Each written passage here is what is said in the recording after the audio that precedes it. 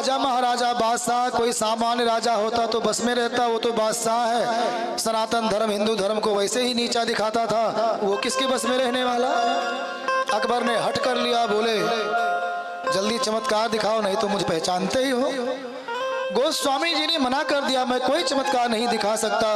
कारागार में डाल दिया गया। अब तो कारागार जैसे उनके लिए जैसे कुटिया, वैसे कारागार साधु के लिए क्या है, वहां भी नाम जप करते। लेकिन बहुत काल बीत गया तो श्री गोस्वामी जी के मन में श्री हनुमान जी की याद आई और हनुमान जी ने उसी कारागार में श्री हनुमान चालीसा की रचना कर दिया। क्योंकि कारागार और कुटिया में थोड़ा सा तो अंतर है ही, अपने मन से लिख पढ़ नहीं सकते थे, पूजा पाठ भी अपने मन से नहीं कर सकते थे। तो श्री गोस्वामी जी ने श्री हनुमान चालीसा का भी जो रचना किया है उसी कारागार में किया। आप लोग पढ़ते हैं ना, जो 100 बार पाठ कर कोई छूटा ही बंद महासुख होई। कैसा भी कठिन कारागार हो और अगर श्री हनुमान जी की शरण लेकर के 100 पाठ कर दिया जाए तो मुक्ति मिल जाती है। कारागार हो या किसी के बंधन में पड़े हो, कहीं कष्ट हो तो हो सिद्धि साखी गौरीशा, श्री शंकर भगवान इसके साक्षी हैं। हनुमान चालीसा पूरा हुआ, 100 पाठ श्री गोस्वामी जी ने किया। तैसे क्या चमत्कार हुआ, पूरे दिल्ली प्रदेश में अनेकों लाखों बंदर ही बंदर आ गए। यहाँ भी एक बंदर आता है, बैठा रहता है, चला जाता है, मंच पर भी आकर टहल के चला जाता है। तो पूरे दिल्ली प्रदेश में बंदर ही बंदर पूरे राज्य को तहस नहस करने लगा। यहाँ तक कि बादशाह के दरबार में जो उनके परिवारजन थे उनको भी उसने पीड़ा पहुंचाना प्रारंभ कर दिया। बादशाह ने सारे सैनिक लगा दिए, जितने उसके पास गोला बारूद तोप खाना था सब लगा दिया, लेकिन किसी बंदर का कोई बाल बांका नहीं हुआ। और अंत में व्याकुल होकर के संतों महात्माओं साधुओं की शरण में गया। एक पहुंचा हुआ फकीर दरबार में रहता था, बोले जल्दी बताओ क्या हुआ, ऐसे बंदर कंट्रोल में नहीं आ रहे हैं। फकीर ने कहा मुझे लगता है कि ये जो बंदर है इसको सनातन धर्म में हिंदू धर्म में हनुमान जी का स्वरूप मानते हैं, तो हो ना हो हनुमान जी परेशान कर रहे हो। आपने किसी हिंदू साधु महात्मा को कोई कष्ट तो नहीं दिया है। बादशाह को याद आया, 1-2 साल हो गया, एक महात्मा बंद है कारागार में, जल्दी से छोड़ो, हो सकता है उसी से ऐसा हो। गोस्वामी जी को छोड़ा गया और सारे बंदर अपने आप ही गायब हो गए, सब अंतर्धान हो गए। बादशाह अकबर समझ गया कि सनातन धर्म में शक्ति है और सनातन धर्म में इतनी शक्ति है कि ये सदा रहने वाला और अनादि सदा से रहने वाला और अनादि काल तक रहने वाला है, इसका कोई बाल बांका नहीं कर सकता है। राम जन्मभूमि भी गिराई गई। जब मस्जिद बना रहा था तो मेरे पिताजी कथा कहते थे, कहानी कहा करते थे कि वो दीवार बनती, दिन भर रात में सारी दीवार गिर जाती थी। तब किसी महात्मा को पकड़ा गया और तब उसने बाबर के सैनिकों से उसने कहा कि श्री हनुमान जी इसको बनने नहीं देंगे, यहाँ सीता पाक लिखवाओ, चंदन का दरवाजा लगवाओ, हनुमान जी का पूजन करवाओ, तब हो सकता है बन जाए। तो बनी तो थी मस्जिद, लेकिन सारा स्ट्रक्चर मंदिर के ही रूप में था। सीता पाक वहां पर लिखा हुआ था, पूजा पाठ के लिए उसने रोक दिया था, मूर्ति को हटा दिया गया था। तो श्री हनुमान जी अगर विश्वास है तो इस कलिकाल में प्रत्यक्ष सबके हृदय में और सब जगह विद्यमान है, इसमें जरा भी संदेह नहीं। जब राम जी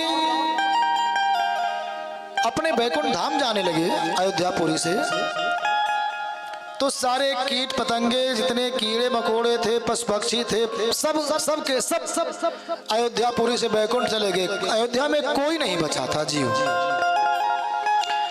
हनुमान जी को भी कहा गया तुम भी तैयार हो, चलना है। हनुमान जी ने पूछा कि ये बताइए वहां क्या क्या मिलेगा, आपकी कथा मिलेगी? भगवान ने कहा वहां कथा क्या मिलेगी, हम ही हैं, कौन कथा कहेगा, वहां सब लोग मुक्त हो जाते हैं, या तो मुझ में शामिल हो जाएंगे या तो मेरे स्वरूप में आ जाएंगे। तो भगवान ने कहा प्रसादी आपकी? भगवान ने कहा कि ये सब प्रसादी भोजन पाने की व्यवस्था केवल मृत्यु लोक में, रोज बनाओ रोज खाओ, 3 टाइम खाओ। स्वर्ग में वैकुंठ में जो एक बार खा लिया वही चल रहा है, वहां बार बार फिर भूख नहीं लगती है। देवताओं का जन्म एक बार हो गया, वही रहेंगे लाखों वर्ष, जब तक एक कल्प नहीं पूरा होगा। वहां कोई रिन्यूअल नहीं होता है, फिर समाप्ति होगा सारा।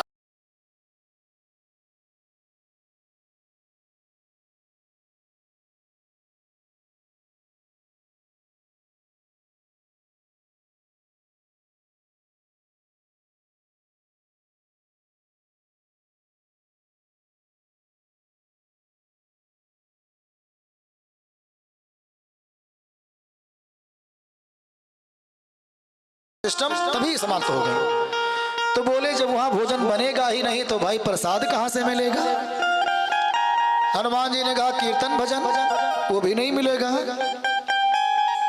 तो श्री हनुमान जी ने कहा कि प्रभु आप जाओ और मुझको यहीं रहने दो, मैं इस शरीर को त्यागना नहीं चाहता। क्यों? राम जी ने पूछा इस शरीर से क्यों मोह है? क्या मोह है? अधम शरीर कहा गया है ना, पंच रचित यह अधम शरीर, ये तो शरीर अधम है, रोगों का घर है, दुखों का घर है। इस शरीर को लेकर ये क्या करोगे? हनुमान जी ने कहा प्रभु जिसका शरीर अधम होगा उसका होगा, मेरा थोड़ी है। इस शरीर को तो आपने अपने हृदय से लगाया है, इससे सुंदर शरीर और किसका हो सकता है? इसलिए मैं ये शरीर नहीं छोड़ना चाहता हूँ, ये शरीर लेकर के मैं मृत्यु लोक में रहना चाहता हूँ। राम जी ने कहा हनुमान जी मैं तुमसे बात में नहीं जीत सकता और आप यहीं विराजमान न हो। कृते भगवान ब्रह्मा त्रेतायाम भगवान रवि, द्वापरे भगवान विष्णु कलौ देव महेश्वरा। त्रेता युग में सतयुग में ब्रह्मा जी देवता, त्रेता में भगवान सूर्य देवता, द्वापर युग में विष्णु भगवान देवता, लेकिन कलयुग में शंकर भगवान देवता हैं। और शंकर भगवान कौन है?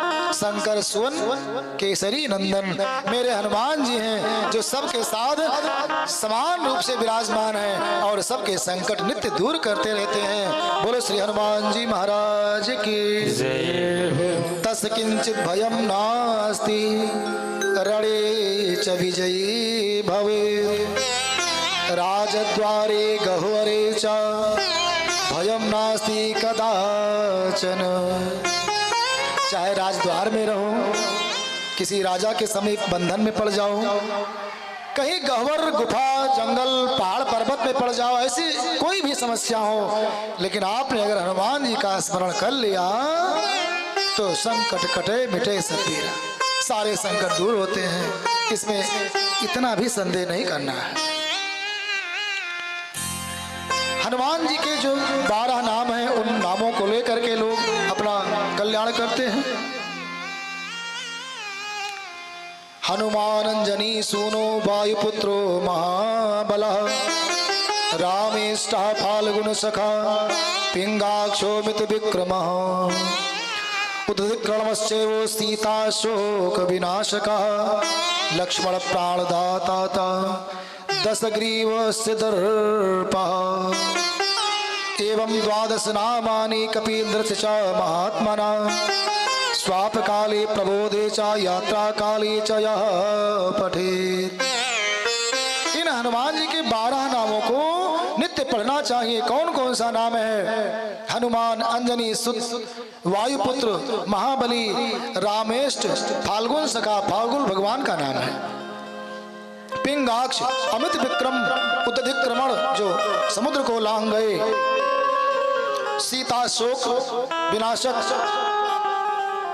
लक्ष्मण प्राणदाता, दशग्रीव दर्पहा, ये हनुमान जी के नाम हैं। इनको सदा स्मरण करते रहना चाहिए और इन नामों के के स्मरण करने मात्र से श्री हनुमान जी सबके ऊपर प्रसन्न होते हैं। बोलो श्री हनुमान जी महाराज की जय हो। इस समय सबसे ज्यादा भक्त भी हनुमान जी के ही मिलेंगे। हाँ, नातन माँ सड़वान और देवतन माँ हनुमान। तो जितने युवा हैं, जितने सनातनी हैं, उनमें हनुमान जी की भक्ति इस समय ज्यादा है। अच्छा, कलो देव महेश्वरा कहा गया, शंकर जी कलयुग के देवता। जितना मंदिर शंकर जी का है इतना मंदिर किसी का नहीं है। घर घर शंकर जी का मंदिर है ना। और हनुमान जी इसके बाद नंबर 2 पे हनुमान जी आते हैं। हनुमान जी ऐसे देवता हैं कि सबके मंदिर में रह सकते हैं। दिल्ली में तो एक बड़ी विडंबना है, किसको किसको रोका जाए। एक मंदिर बनाएंगे तो उसमें सबको बैठा देंगे, कोई नियम कानून नहीं है। एक मंदिर केवल एक देवता का होता है। आपने लक्ष्मी नारायण का मंदिर बनाया है तो लक्ष्मी नारायण विराजमान है। राम जी का मंदिर है तो राम दरबार हो सकता है। दुर्गा मैया का है तो दुर्गा मैया रहे। लेकिन एक तरफ से सबकी मूर्ति बैठा देंगे, मतलब कोई भक्त आवे, अगर दुर्गा जी का भक्त आवे तो वो ना निराश हुए। लेकिन एक बात ध्यान रखना है, देवता तो केवल एक है, ईश्वर केवल एक है। ईश्वर के 5 रूप हैं, दुर्गा जी, गणेश जी, सूर्य भगवान, विष्णु भगवान और शंकर भगवान। ये 5 ही भगवान है, बाकी और कोई नहीं है। अब विष्णु भगवान के अवतार रामकृष्ण आदि हो गए। लेकिन जो प्राण प्रतिष्ठा का नियम है, जिनके लिए मंत्र बना है, केवल इन्हीं 5 के लिए कोई मंत्र है, बाकी और तो देवता है केवल। तो दुर्गा, गणेश, विष्णु, शंकर, सूर्य, इन 5 में कोई भेद नहीं है, ये एक ही है। तो इन 5 के मंदिर बन सकते हैं। उसके बाद अच्छा, इन 5 के साथ हनुमान जी सबके साथ रह सकते हैं। चाहे राम जी का बनाओ तो हनुमान जी रहेंगे, दुर्गा जी का बनाओ तो हनुमान जी, कृष्ण का बनाओ तो हनुमान जी। चलो मानो एक मंदिर में अनेक देवताओं को रख दिया, किसी प्रकार चल भी जाए, लोग साईं बाबा को रख देते हैं। अब साईं बाबा का ना कोई पूजा पद्धति, हम आप जैसे कोई मनुष्य हैं, संत महात्मा मान लीजिए, कोई फकीर है, अब उनको भी भगवान मान करके उनका भी जबरदस्ती मंत्र बना दिए हैं और पूजा करते हैं। तो ये भटकने की आदत छोड़ दीजिए। मैं कहने वाला था, बात थोड़ा घूम गई थी। गोपियां दुर्गा महारानी की पूजा करती थी, माता कात्यायनी की, और पूजा करती थी माता दुर्गा की, और उनसे वरदान क्या मांगती थी? नंद गोप सुतम देवी पतिम में कुरुते नमः, भागवत जी में है। हे देवी, मैं आपकी पूजा करती हूँ, मेरे स्वामी श्री भगवान हो। तो दुर्गा जी की पूजा करो, जिसकी मर्जी उसकी पूजा करो, लेकिन अपना इष्ट एक रखो ना। जिसे प्राप्त करना है, भगवान एक ही है, देवता भले अलग अलग हो सकते हैं। एको देवा केशवो वा शिवो वा, एको भार्या सुंदरी वा दरी वा। एक ही देवता हो, एक ही पत्नी हो, एक ही स्वाद हो, एक ही लक्ष्य हो। कुछ चीजें ऐसी हैं जो एक ही होनी चाहिए। तो श्री हनुमान जी महाराज ऐसे देवता हैं जो इस संसार में सबके साथ, सबके घर में विराजमान है, चाहे शंकर जी के रूप में हो और चाहे श्री हनुमान जी महाराज प्रत्यक्ष अप्रत्यक्ष रूप में हो। ऐसे हनुमान जी की भक्ति हम सबको करना चाहिए। उनका लक्ष्य केवल एक ही था, राम जी के चरित्रों का गुणगान करना और राम जी की सेवा करना। जो खेल गए प्राणों पर, जो खेल गए प्राणों पर श्री राम के लिए, एक बार तो हाथ उठा लो उन हनुमान के लिए। एक बार तो हाथ उठा लो उन हनुमान के लिए। एक बार तो हाथ उठाओ मेरे हनुमान के लिए। एक बार तो हाथ उठाओ मेरे हनुमान के लिए। जो खेल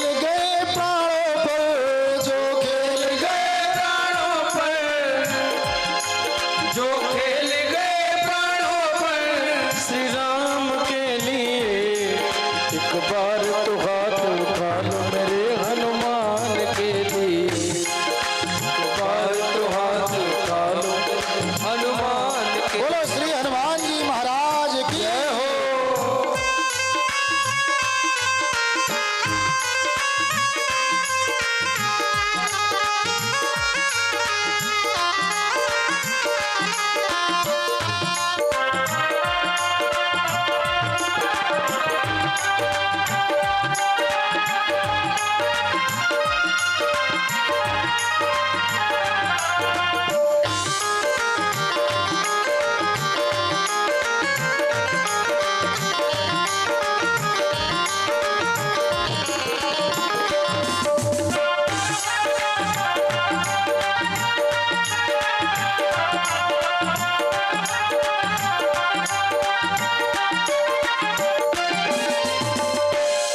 सागर को लांघ के इसने सीता का पता लगाया, सागर को लांघ इसने सीता का पता लगाया। प्रभु राम नाम का डंका लंका में जाके बजाया, प्रभु राम नाम का डंका लंका में जाके बजाया। प्रभु राम नाम का डंका लंका में जाके बजाया। प्रभु राम नाम का डंका लंका में जाके बजाया। माता अंजनी के ऐसी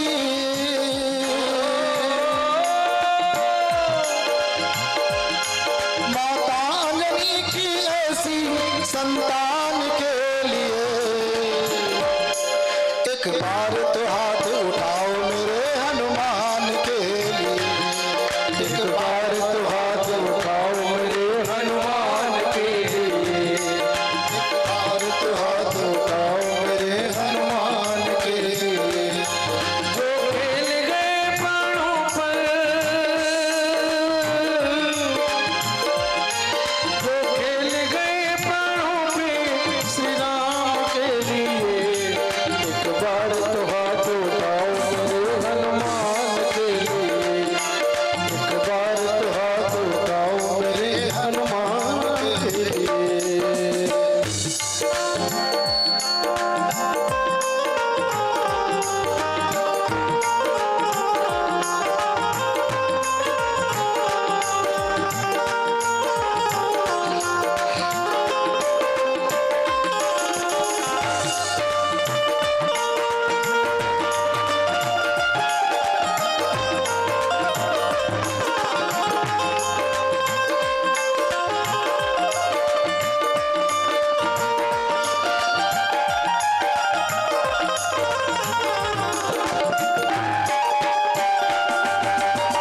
बोलो श्री हनुमान जी महाराज की।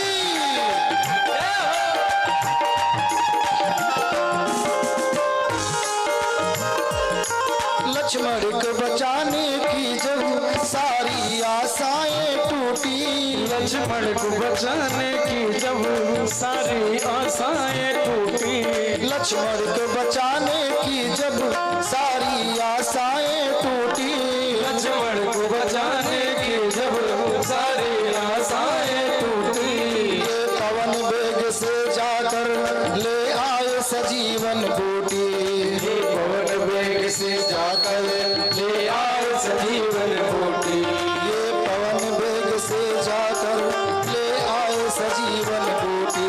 ये पवन वेग से जाकर ले आए सजीवन बूटी। पवन वेग पर्वत को उठाने वाले, पर्वत को उठाने वाले बलवान के लिए एक बार तो हाथ उठाओ मेरे हनुमान के लिए, एक बार तो हाथ उठाओ मेरे हनुमान के लिए, एक बार तो हाथ उठाओ मेरे हनुमान के लिए। एक बार